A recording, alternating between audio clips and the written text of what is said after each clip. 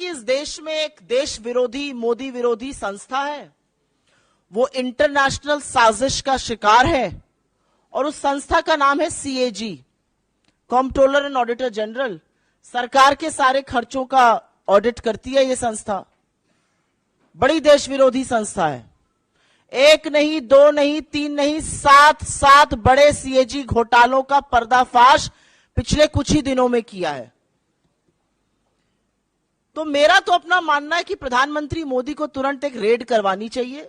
ED, CBI, income tax, जिसकी भी कराना चाहे, ताला लगवाए इस संस्था पर और जेल भेजने का काम करें सीएजी के इन लोगों को।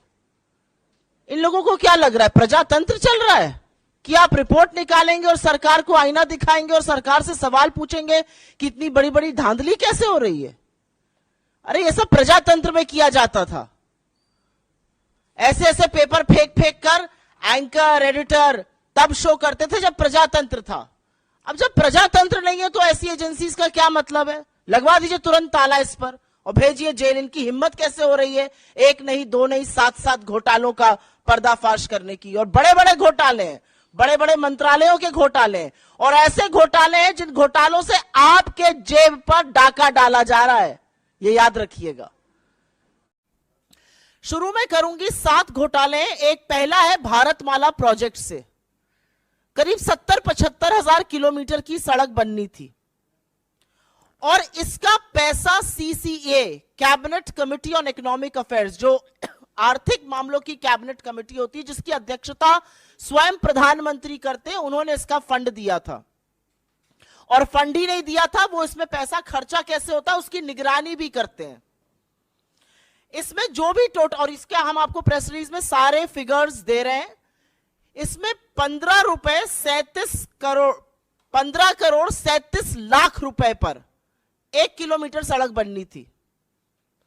इन लोगों ने बढ़ाकर 32 करोड़ 17 लाख कर दिया, दुगने से भी ज्यादा। और ये पीएम की निगरानी में सीसीए की नाक के नीचे भारत सरकार के आंखों के सामने हो रहा था। सिर्फ पैसा ही नहीं दोगुना किया गया, इसमें और भी बड़ी धांधलियां सामने आई हैं। इसमें पता चला है कि फर्जी दस्तावेजों के आधार पर बिडर्स का चयन हो गया। बिडिंग प्रक्रिया में बड़ा फर्जीवाड़ा सामने आया है।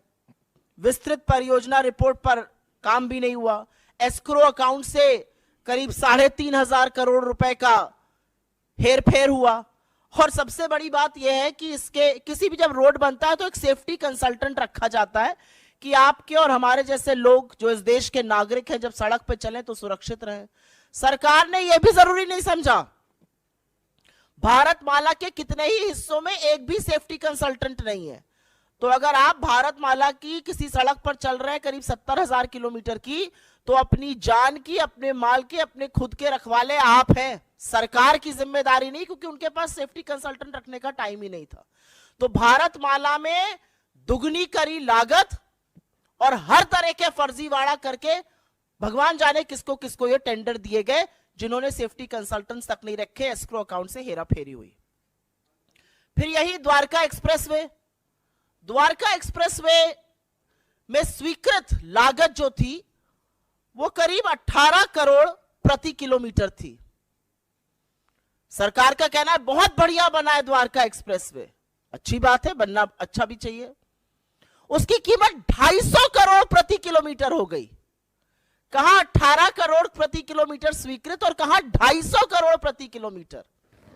और आप ये सोचिए कि 2 किलोमीटर बनाने में 500 करोड़ खर्चा हो गए और उस 500 करोड़ में मंगलयान पहुंच गया। यह सरकार की असलियत है। मंत्रालय ने एक एक्सप्लेनेशन इशू किया, वो सवाल और उजागर करता है। क्या बन गया भाई ऐसा? कौन सा ऐसा विश्व का 8वां 9वां अजूबा बना जिसकी कीमत 18 करोड़ से बढ़कर 250 करोड़ प्रति किलोमीटर हो गई? अब ऐसा हाईवे बना हुआ जिसमें आप चेहरा देख सकते होंगे, अन्यथा तो इतना कीमत बढ़ना बड़ा मुश्किल का काम है। महंगाई की वजह से इतनी कीमत बढ़ नहीं सकती है, क्योंकि एस्केलेशन कॉस्ट उसमें होती है। तो ये कमीशन खोरी है, किसने पैसा खाया इसमें? तीसरी, टोल में लूट। आप सब लोग तो खूब टोल देते होंगे आते जाते वक्त। अगर दिल्ली से मुंबई आज जाना हो तो 6,000 रुपए का तो आप टोल ही दे दीजिएगा सड़कों पर। और मजाक नहीं कर रही हूं, जाकर देखिएगा 6,000 रुपए का टोल दिल्ली से मुंबई अगर आपको दूरी नापनी है सड़क से। एनएचएआई का रूल है कि अगर टोल के पास या टोल वाली जो सड़क है उस पर कंस्ट्रक्शन होता है तो टोल की कॉस्ट 75% कम होगी। ऐसा नहीं किया गया। मात्र 5 टोल बूथों का, मात्र 5 टोल प्लाजा का सीएजी ने एक रैंडम ऑडिट किया और उसमें पता चला कि करीब करीब 132 करोड़ रुपए अवैध वसूल लिए गए लोगों से। ये मात्र 5 टोल प्लाजाओं की बात कर रही हूं। अगर पूरे देश के टोल प्लाजाओं का ऑडिट हो जाए तो सोचिएगा कितना लाखों करोड़ों का गबन हुआ है। और सड़क पे कौन चल रहा है? सड़क पे धन्ना सेठ चल रहे हैं या आप जैसे और हमारे जैसे मध्यम वर्ग, निम्न मध्यम वर्ग, गरीब लोग चल रहे हैं बसों से, गाड़ियों से, और वो सारा कॉस्ट निकालता है। तो 132 करोड़ तो टोल में लूटे। और एक और ऑडिट में पता चला है कि करीब 135 करोड़ एनएचएआई ने राजस्व का नुकसान किया। एक कंसेशन अग्रीमेंट होता है वो कर करके। आयुष्मान भारत, पूरे वक्त लोकसभा में यही सुनाई दे रहा था, हर जगह प्रधानमंत्री इसकी बात करते हैं। ये तो घोटालों का योजना निकली। आयुष्मान भारत में 7.5 करोड़ लोगों का, 7.5 लाख लोगों का, सॉरी, एक नंबर से रजिस्ट्रेशन हुआ है। आप किसी भी आधार सेंटर जाइए, किसी भी आयुष्मान सेंटर जाइए, वो सबसे पहले आपसे आपका फोन नंबर पूछते हैं। एक नंबर से 7.5 लाख लोगों का रजिस्ट्रेशन।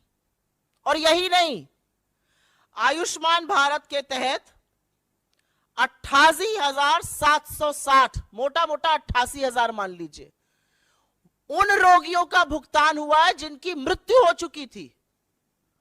मृत लोगों का इलाज दिखाकर क्लेम क्या भुगतान हुआ है। अब ये किसके पास गया है ये नहीं पता, लेकिन लाभार्थी के खाते में तो ये बिल्कुल नहीं गया है। 88,000 मृत लोगों के फ्रेश इलाज का क्लेम दिखाकर उस पर धांधली हुई है।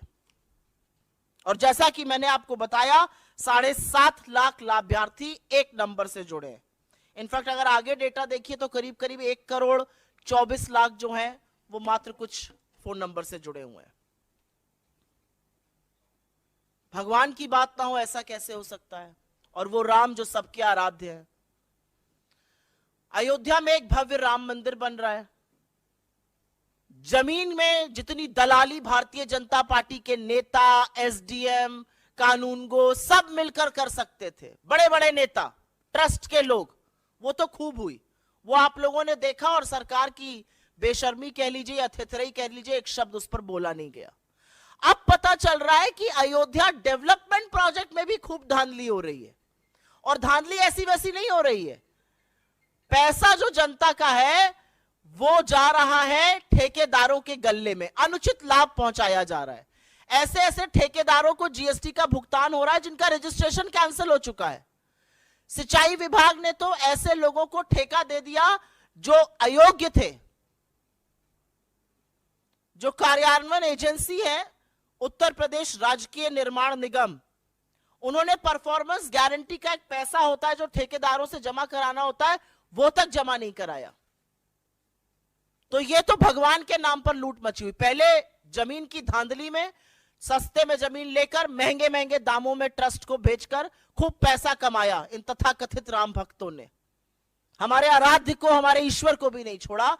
और अब उसी अयोध्या डेवलपमेंट प्रोजेक्ट में बड़ा घोटाला सामने आ रहा है कि करीब करीब 20 करोड़ रुपए तो ऐसे ठेकेदारों के गल्ले में गए जो अयोग्य थे।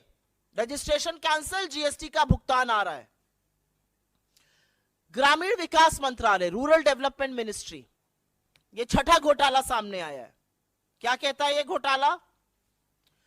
इसमें पेंशन का एक प्रयोजन होता है। वो पेंशन किसको जाती है? वो पेंशन जाती है वृद्धा पेंशन, विधवा पेंशन और विकलांग पेंशन।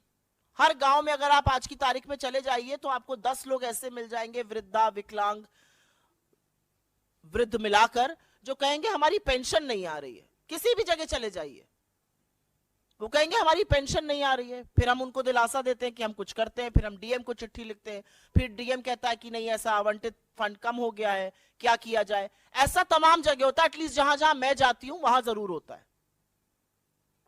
अब पता चल रहा है ऐसा क्यों हो रहा है, क्योंकि जो वृद्धा पेंशन, विकलांग पेंशन, विधवा पेंशन का पैसा है वो सरकार दूसरी योजनाओं के प्रचार प्रसार में खर्च कर रही है।